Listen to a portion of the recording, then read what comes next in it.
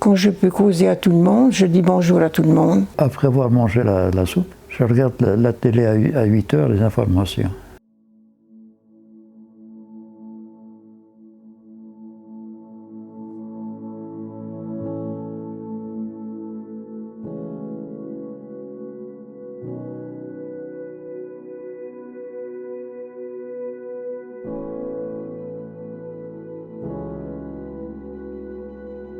Bonjour, Anthony Zito, directeur de l'EHPAD de Les Vignes, établissement qui appartient à la plateforme dépendance de l'association Sagesse dont je suis le directeur.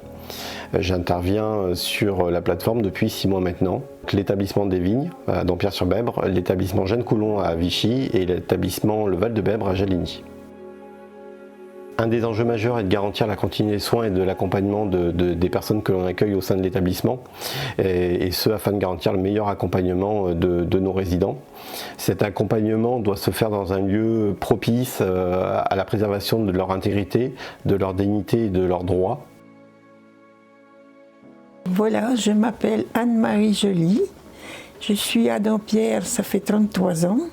Avant, j'étais en activité à Liernol dans un domaine pendant 31 ans avec mon mari et mes enfants. Et puis à la retraite, on est donc venu à Dampierre. Je m'appelle Henri Busserol, né à Saint-Léon en 1934. Je vais avoir 90 ans le 20 octobre. Et puis maintenant, j'ai eu des problèmes de santé au début de l'année. Et puis ce qui m'a conduit au mois d'avril à venir à l'EHPAD de Dampierre, étant donné que je ne pouvais pas rentrer chez moi, même que j'avais des aides, mais les nuits pour moi seraient été peut-être difficiles. Donc avec mes enfants, j'ai décidé ensemble de venir à la maison d'EHPAD à Vignes. C'est les enfants qui ont décidé. J'étais vraiment bien fatigué. Ce qui m'avait plus fatigué, c'est d'avoir soigné mon épouse. Elle avait pris la maladie d'eczéma. Je m'en suis occupé 2 ans. Et je ne pouvais plus. Je vais la mettre en maison de retraite. Et j'avais perdu 10 kilos. Et depuis que je suis là, j'en ai repris 7. À presque 90 ans. Je m'adapte bien. C'est un choix qu'il faut faire.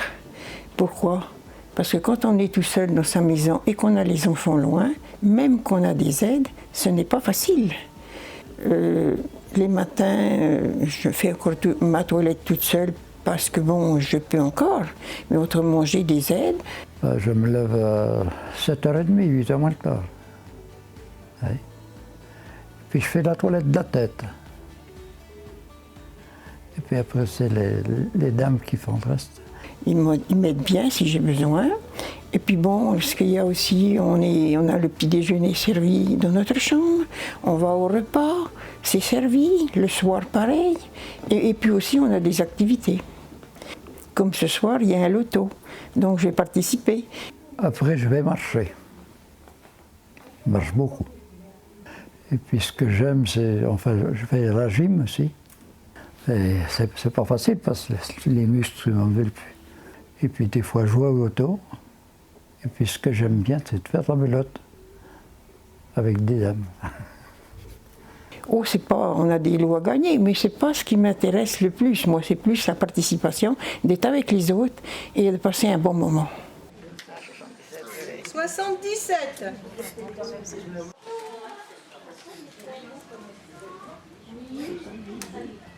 Le 20.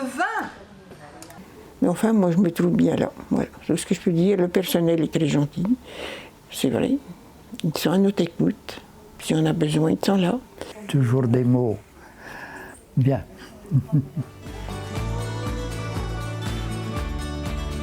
Bonjour, je m'appelle Sonia, je suis aide-soignante depuis 4 ans à l'EHPAD des Vignes à Dampierre-sur-Bèbre. Bonjour, je m'appelle Lydia, je suis aide-soignante et j'ai une formation en assistant de soins en gérontologie. Donc mon travail au quotidien contribue à améliorer la vie des résidents donc dans les actes de la vie quotidienne. Donc il faut savoir que les personnes qui arrivent ici sont en perte d'autonomie, donc fatalement ont forcément besoin d'aide.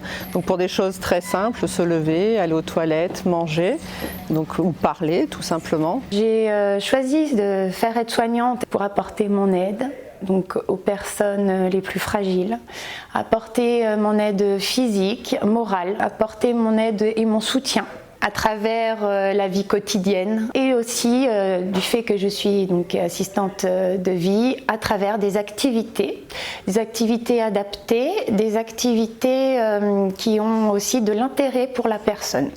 Voilà, regardez, tenez, prenez-en un si vous voulez, vous le posez comme ça, voilà. Les toilettes se finissent à peu près vers, on va dire, 11h.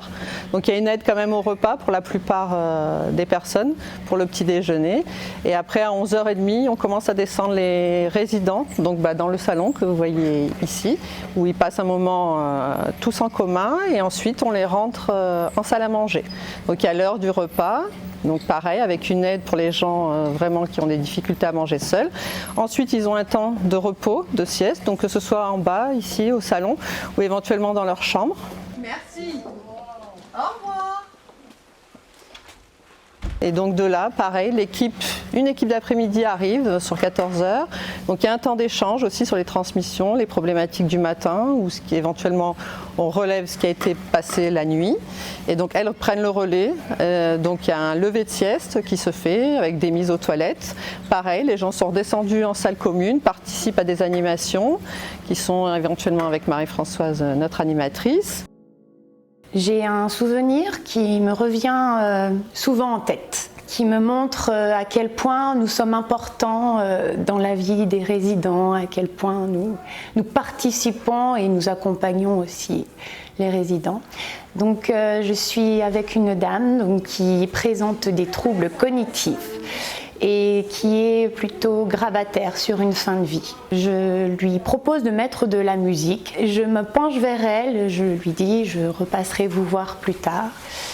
Et elle a un moment de lucidité, elle me regarde, elle m'attrape le visage doucement, elle me pose sa main et elle me dit merci, droit dans les yeux. Et ça vaut tous les remerciements, quoi. Il y a une petite dame qui me dit « Oh là là, mon Dieu, je ne sais pas comment vous l'annoncer, je suis triste. » Mais je lui dis « Pourquoi êtes-vous si triste aujourd'hui ?»« Mais c'est que je vais rentrer chez moi et si je rentre chez moi, je ne vais plus vous voir. » Voilà, tous ces sourires, voilà, quand on ouvre les portes le matin, on sait qu'on a attendu, on sait que oui, c'est vraiment voilà, de très très belles choses à vivre.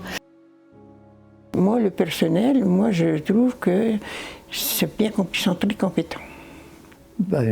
Ils m'aident le matin à prendre le pantalon, puis le soir à l'enlever, puis la chemise aussi.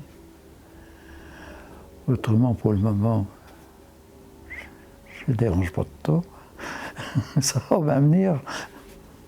Il ne faut pas les déranger quand on n'a pas besoin, hein. Mais quand on a besoin, ils sont là. Moi, je trouve que je suis bien là. Voilà. Ma fin de vie est là. C'est ce que j'ai dit à mes enfants, ma fin de vie est là, maintenant c'est comme ça.